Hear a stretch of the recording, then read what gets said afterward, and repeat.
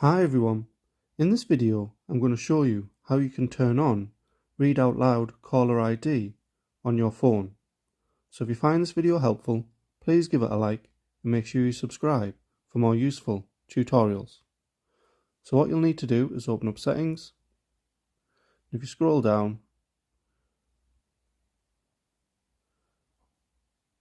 you should come to Accessibility. Once you're on here, go to Interaction and Dexterity.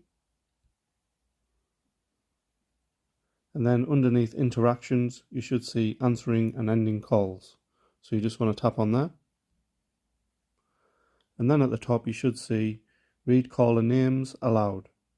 So you just want to click on there. You can obviously just toggle that on. But once you toggle that on, it'll just give you the option of over Bluetooth and headphones only, or you can also select always if you wish to do so. So that's how you can turn on Read Out Caller ID on your phone. Thanks for watching.